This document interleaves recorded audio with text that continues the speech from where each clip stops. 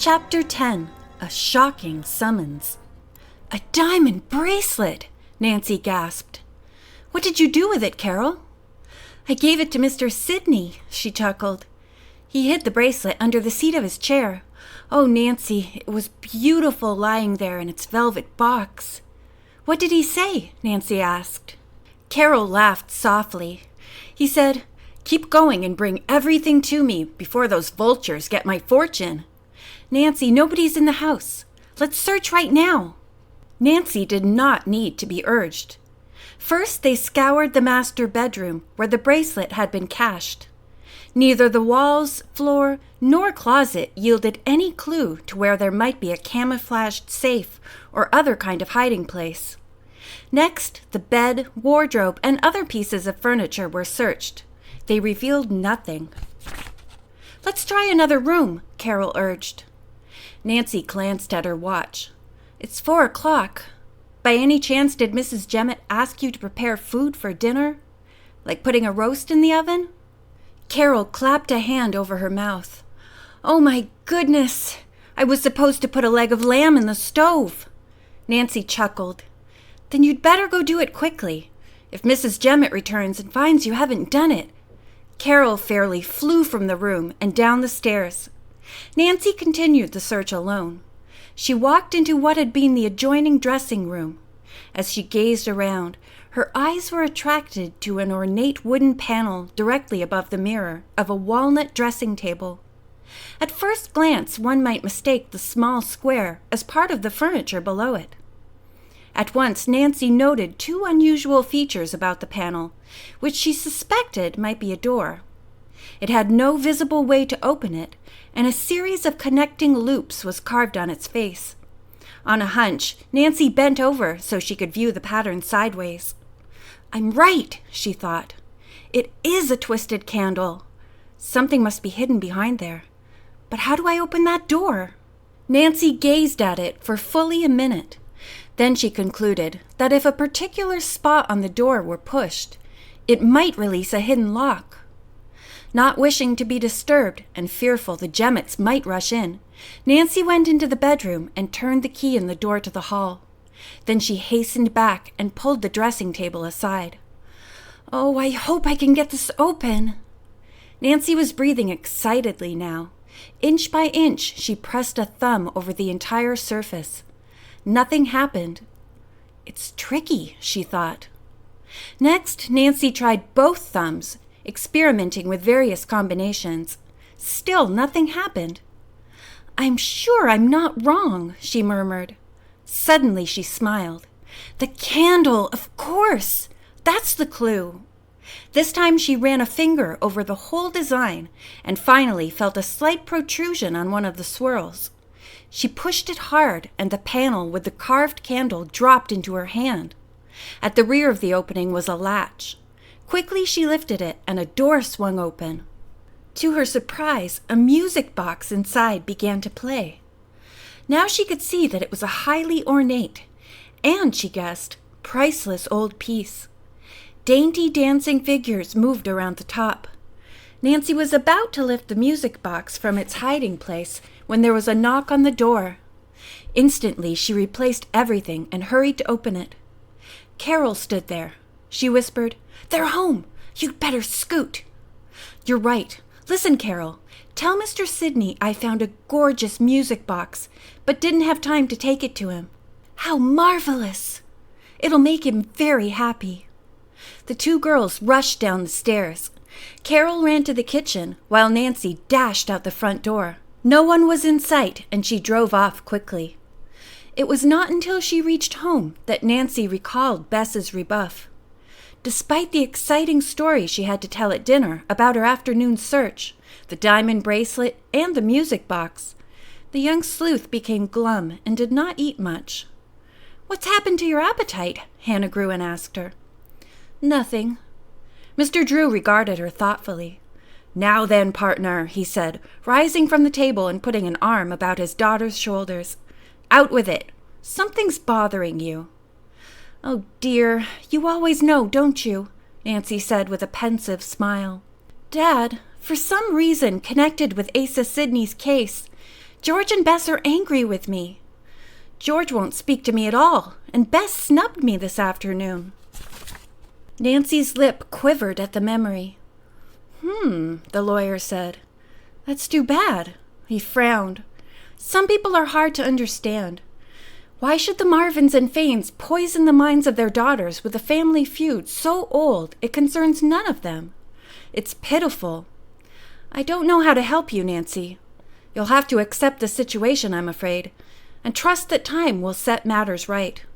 "I suppose," said Nancy, "that both sides are suspicious of you for being Asa Sidney's counsel, and for that reason George and Bess are forbidden to be friends with me." Mr. Drew nodded. "You'll have to let events prove that neither you nor I have meddled in the affairs of the family." "I'm disappointed in George and Bess just the same," Nancy sighed again. The lawyer looked at his daughter sympathetically and decided that the best way to mend Nancy's hurt feelings was to lead the discussion into other channels.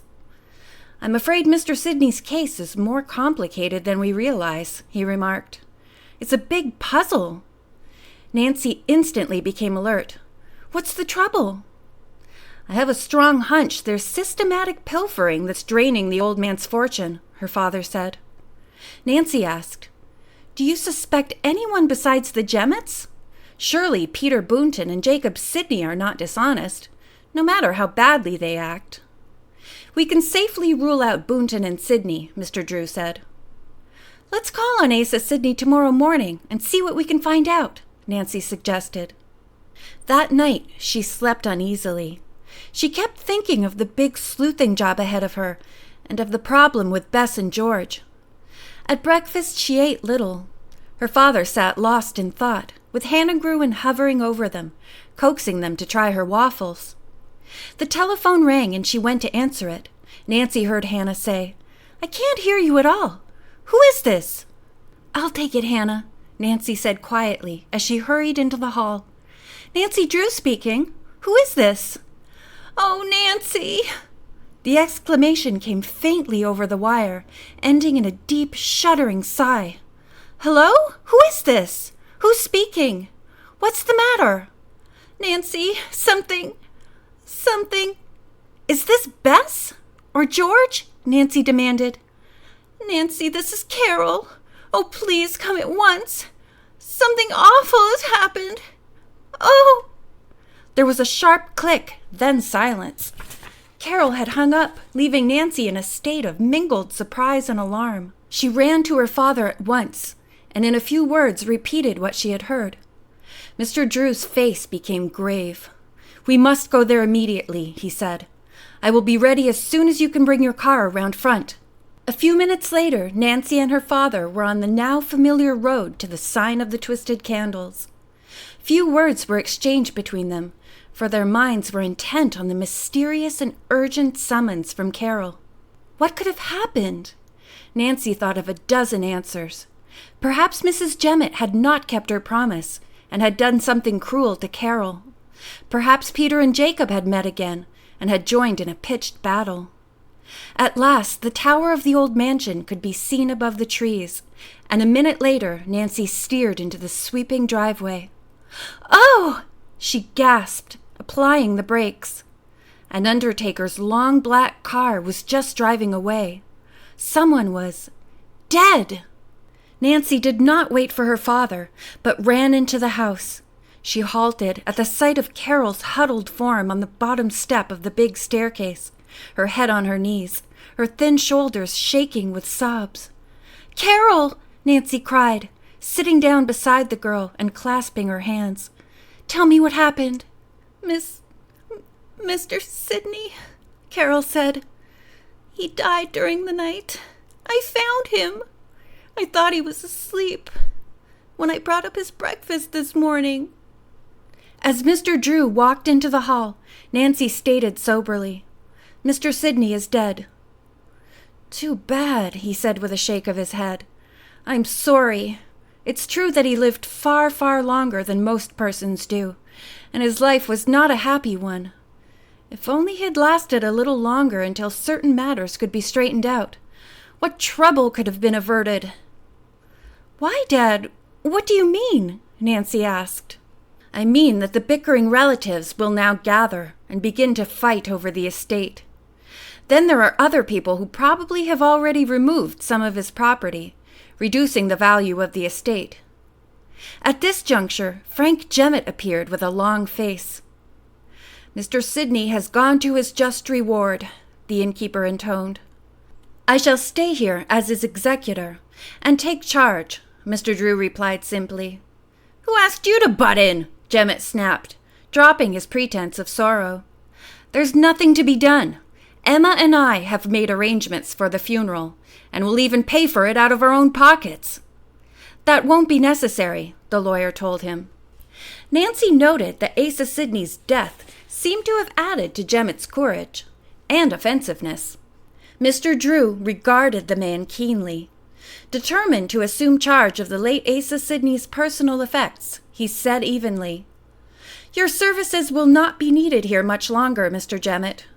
You are free to make other plans and leave any time after the funeral. Is that so? Well, we'll see about that, Jemmett snapped. End of chapter 10.